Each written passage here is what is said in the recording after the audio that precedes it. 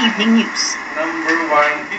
In our video of the day, Jovi, parang na-embarrass si Pangulong Arroyo kanina sa prayer ni Press Secretary Durela. Dapat abangan ng ating mga viewers kung ano yung buong story niya mamaya. Yan ang number 3 natin. So dapat abangan nila kasi merong story behind that embarrassing situation na nakunan nga ng camera. Pero mukhang maganda ang mood ng Pangulo kanina. Ano naman bakit? Bakit nga ba? Why does Sa it wakas, seem like after he's ilang weeks smiling? yung bilang natin, Martin, 2 weeks. 2 weeks. Nakausap na ng Pangulo si Obama. Sa telepono. Tumawag kanina mga 3:17 ng umaga. Madaling araw dito sa atin, pero talagang medyo maganda yung mood ng Pangulo nung kausap kahit na madaling araw na itong si Obama. 3:17 nga yan nangyari. At ikato siya sa tinawagan ng world leader ni Obama kanina. Una yung leader ng Georgia, leader ng Turkey, kasi nga si Pangulong Arroyo. Ano pinag-usapan? Siyempre yung strengthening pa ng ties between the Philippines and the US. Dahil strategic partner. Sabi mo. Pero Georgia, terrorism, Turkey, terrorism, Philippines, pugad ng mga terorismo. How many minutes was the talk? Do we know that? Medyo, more than 10 minutes daw. Tapos, hindi nakakuha ng masyadong detalye si Secretary Duresa kasi nung kinukuha niya yung detalye, paalis siya si Pangulong Arroyo, punta sa Laguna kanina. Okay, in our sidetrack tonight, politics talk pa rin? Siyempre, nangyari kagabi yung Senate coup, At yung Senate coup was much talked about in many Facebook account walls and status updates. And of course, vloggers weighed in on the developments at the upper chamber. Just head on over to Tecnorati and search for the tags Villar, Enrile, or Senate for a listing of blogs that tackled the saga. Puntahan nyo ang site ni Manolo Quezon para malaman nyo ang mga behind the scenes kung paanong nangyari ang rigodon sa Senado. Malalaman nyo rin doon kung bakit ganito ang naging desisyon ng bawat senador.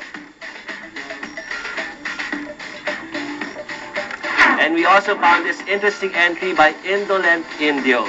He notes how Senator Lito Lapid manages to make an appearance every time a very bad thing will happen at the Senate.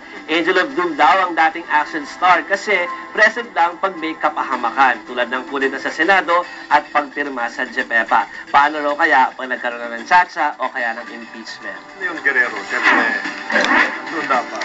At sa FilipinoVoices.com naman, si Sir Ding Cahelonia blogged about what he monitored this morning.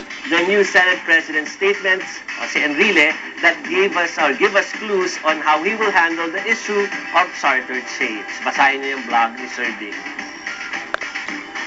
Marami talagang dapat abangan sa Senate leadership ni Enrile. Yung mga changes, tapos kung ano yung Kay Jock papayagan at what's hindi going to papayagan. happen. Maraming kaabang-abang. Ako, Jovi, I'm more interested in nung hindi bumoto si Jinggoy kay Villar. So, hindi ko alam kung anong ibig sabihin nun. At ikaw ang insider natin.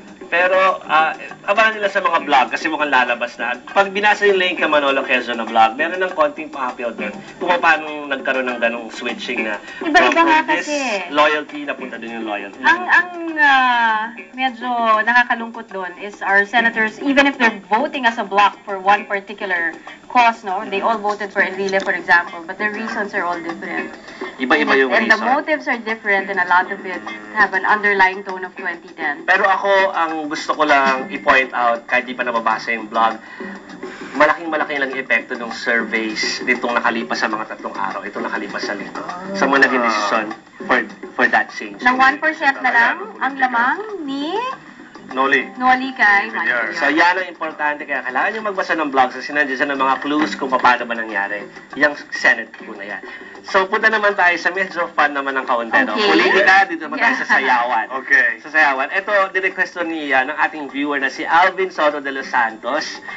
Isa kasi itong hit na video ngayon sa internet ni Beyonce. More than 6 million votes, 6 million hits na siya so far. At dahil sa sobrang hit nitong bagong video ni Beyonce, ginaya na sa Saturday Night Live. So ito yung mga video ng original clip ni Beyonce at saka yung parody. Saturday Night Live.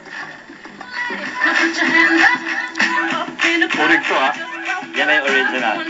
Sexy na Beyonce, no? Yeah. But people are expecting... Ito na yung parody. I thought instead of women, we use guys. These guys, right? Si Justin Timberlake at saka si Beyonce. I don't think that's a good idea. I'm not really sure about that. Okay, all right. Let's paint some magic.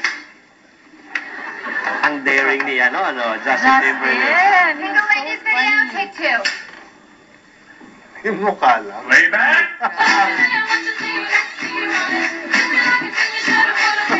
Action. Oh my gosh! And look at his move. Magaling pa rin sumayaw, ano? Nakahil siya, Jenny. I know. Oh God, you gotta give it to the guy. Chance. Justin talaga yan?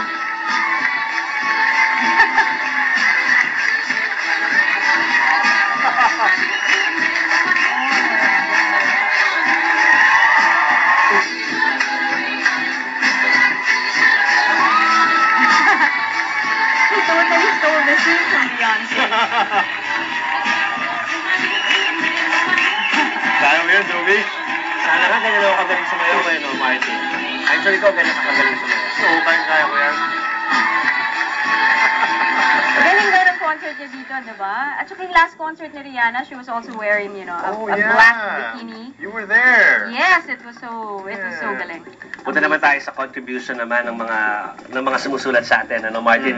Meron sumulat doon sa ating wall sa 10 the evening news group sa Facebook, si Celso Gafud. At nagbigay siya ng link at isang suggestion na cute daw na video. Panoorin natin ito. Damn, whatever. Oh, that's it. Whatever. Whatever.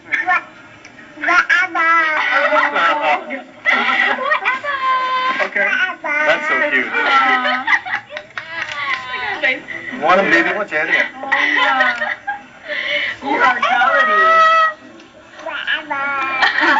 With the rolling of the eyes. Anong baby mo, Cherry? Whatever. Oh, that's it. Whatever.